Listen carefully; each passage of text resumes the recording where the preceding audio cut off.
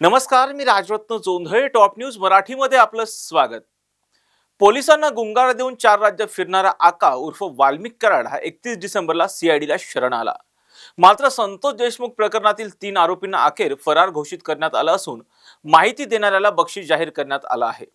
तर आता आका पाठोपाठ संतोष देशमुख हत्या प्रकरणातील मुख्य आरोपी सुदर्शन घुले, कृष्णा आंधळे आणि सुधीर सांगळे हे देखील सीआयडीला शरण येणार असल्याची चर्चा आता सुरू झाली आहे. त्यामुळे 3 आरोपी नेमके आहेत तरी कोण आणि या आरोपींना अटक होणार की ते स्वतःहून शरण येणार, पाहूयात यावरचा टॉप न्यूज मराठीचा हा स्पेशल रिपोर्ट. गरिबी माणसाला काहीही करायला भाग पाडते, काहीही म्हणजे अगदी काहीही. याच गरिबीने सर्वसामान्य घरातील मुलं गुन्हेगारीकडे ओढली जातात. तसाच काहीसा प्रकार या आरोपींच्या बाबतीत घडलाय. सुदर्शन घुले, कृष्णा आंधळे आणि सुधीर सांगे हे तिघेही सर्वसामान्य कुटुंबातील. तिघांचंही शिक्षण जेमतेमच. ग्रामीण भागात राहत असल्यामुळे नोकरी धंद्याचा अभाव आणि त्यामुळे सळसळतं रक्त असलेले तिघेही ऊसतोड मुकादमासाठी काम करू लागले. उचल घेतलेल्या कामगारांकडून वसुली करू लागले. हळूहळू वाल्मिक कराडच्या संपर्कात आले. पैसा, प्रसिद्धी आणि दहशतीमुळे का होईना पण मिळणारी इज्जत पाहून भुलले आणि कराडचे कार्यकर्ते झाले.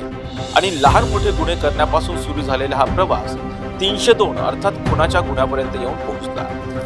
या 3ही आरोपीवर याआधी किती गुन्हे दाखल आहेत पाहूयात ग्राफिकच्या माध्यमातून. सुदर्शन घुले, वय 26 वर्ष, 10 वर्षात 10 गुन्हे दाखल. मारहाण, चोरी, अपहरण, खंडणी, खुनाचा प्रयत्न. कृष्णा आंधळे, वय 27 वर्ष, 4 वर्षात 6 गुन्हे दाखल. खुनाचा प्रयत्न, गर्दी, मारहाण आणि खंडणी. 3. सुधीर सांगळे, वय 22 वर्ष, 2 गुन्हे दाखल. खंडणी, खुनाचा प्रयत्न.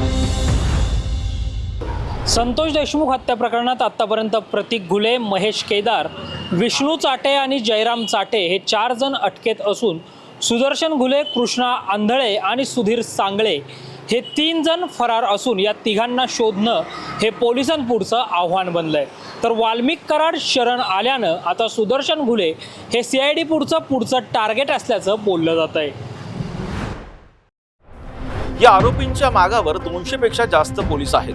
तर समोर आलेल्या माहितीनुसार हे तिघही महाराष्ट्रात नाहीत. कृष्णा आंधळे आणि सुधीर सांगळे हे दोघं परराज्यात लपले असून मुख्य आरोपी सुदर्शन घुले हा चक्क देश सोडून नेपाळला गेला असण्याची शक्यता वर्तवली जात आहे. याआधी एका गुन्ह्यात फरार असताना सुदर्शन घुले हा नेपाळला जाऊन लपला होता. त्यामुळेच आताही तो नेपाळला असण्याची शक्यता वर्तवण्यात येत आहे. तर दुसरीकडे घुले हा राज्यातच असून काही मोठ्या चेहऱ्यांनी त्याला आश्रय दिल्याचंही सांगितलं जात आहे.